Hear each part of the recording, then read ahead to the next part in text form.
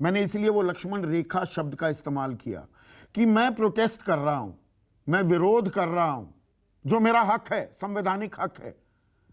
Police के पास वो ताकत है और कानून में भी इतने ग्रे एरियाज हैं कि likely to incite violence, disturb peace. तो निर्भया के मामले में दिल्ली में दंगा भड़क सकता था, सभी को जेल में डाला जा सकता था फिर तो। देखिए संदीप जी, सबसे पहले मैं, जहां दिल्ली की बात है, ये सही है जैसा हमारे सीनियर विक्रम सिंह जी ने कहा कि पुलिस के पास कुछ ऐसी बहुत ही संवेदनशील और सेंसिटिव इंफॉर्मेशन है इनके बारे में, जिनकी गिरफ्तारी की गई है। लेकिन अभी मैं हाथरस के बारे में सिर्फ बात करूंगा, और हाथरस के बारे में मेरी राय ये है, सबसे पहले ये सही है कि कप्पन के लिंक्स पीएफआई से पाए गए थे।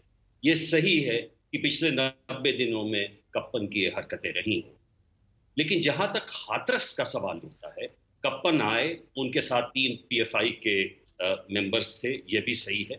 लेकिन वो जो लिटरेचर था, वो इन्फ्लेमेटरी लिटरेचर नहीं कहा जा सकता है। वो एक आंदोलनकारी का लिटरेचर जरूर कहा जाएगा, जिसका कि हक किसी भी प्रजातंत्र प्रणाली में हर किसी व्यक्ति को है। नंबर 2, ये भी सही है कि कप्पन के आने से और उनके 3 साथियों के आने से एक लॉ एंड ऑर्डर की आशंका बन सकती थी। तो इसलिए यह भी आवश्यक था कि कलेक्टर हो या एसपी हो 144 लगा के उनको उस एरिया से बाहर रखें, बल्कि प्रिवेंटिव कस्टडी में भी अगर रखें, मुझे भी उसकी कोई आपत्ति नहीं। 23 महीने तक जमानत ना मिलना, यह सामान्य प्रक्रिया है कानून की। कप्पन को यूएपीए में बंद करना गलत था, चाहे वो मेंबर भी रहे हो पीएफआई के, उनको 124A सेडिशन में करना गलत था। और इसलिए यही मैं कहता हूं कि पुलिस वाले थोड़ी सी चूक कर जाते हैं, जहां पर कि एक चीज आपको इमीडिएट लॉ एंड ऑर्डर को थ्रेट है, जो कि उस केस में बिल्कुल था, तो उन्हें तत्काल 144, 151 में गिरफ्तारी वो कर सकते थे। लेकिन 3 दिन के बाद जब ऐसी संभावना कोई नहीं थी, तो उनको तत्काल एसडीएम के द्वारा आप यूएपीए के सेक्शन 15, 17 और 18 की बात कर रहे हैं। अदालत की ऑब्जर्वेशन मैं दर्शकों के सामने पेश कर रहा हूं। अदालत ने क्या कहा था, दिल्ली हाई कोर्ट ने, the right to protest is not outlawed and cannot be termed as a terrorist act within the meaning of the UPA, unless of course the ingredients of the offenses under वगैरह वगैरह वगैरह are clearly discernible from the factual allegations contained in the charge sheet.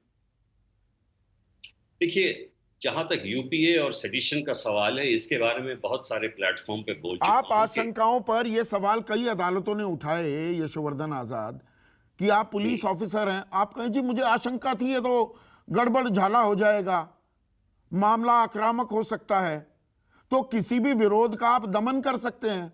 सवाल तो फिर अन्ना हजारे से भी पूछे जा सकते थे, या बाबा रामदेव से, इंडिया अगेंस्ट करप्शन, रामलीला मैदान में बैठे हुए हैं जी, देश विरोधी ताकत है। उस टाइम जो पैम्फलेट्स बांटे जा रहे थे, उसे देश विरोध देश नहीं मान रहा था, उसे बदलाव की हवा बताया जा रहा था।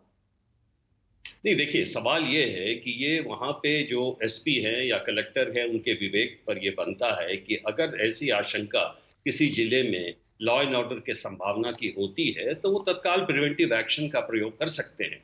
लेकिन ऐसी धाराओं का प्रयोग, जैसे कि टेररिस्ट के लिए जो यूज किया जाता है यूआपा या सेडिशन एक्ट, ये एक मजाक है, ये एक मखौल है। और इसलिए मैं समझता हूं, मुझे आश्चर्य ये है कि मान लीजिए अगर पुलिस ने गिरफ्तार किया भी, और वो भी अपने कॉशन के तरीके से, तो फिर वहां के कोर्ट से पता नहीं क्यों नहीं उन्हें ये दिया, और हाई कोर्ट ने भी उन्हें रिलीफ नहीं दिया।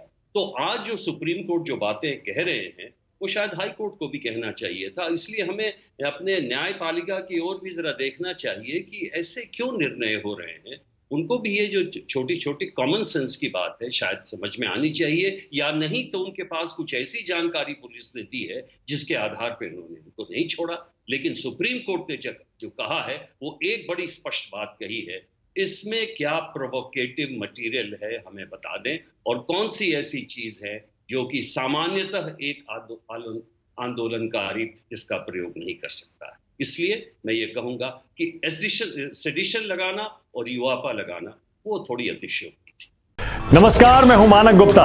अगर आपको हमारा ये वीडियो पसंद आया हो तो इसे लाइक और शेयर जरूर करें और हां, हमें सब्सक्राइब और फॉलो करना ना भूलें ताकि आप देश और दुनिया की कोई खबर मिस ना करें। तो जुड़े रहिए हमारे साथ और देखते रहिए News 24।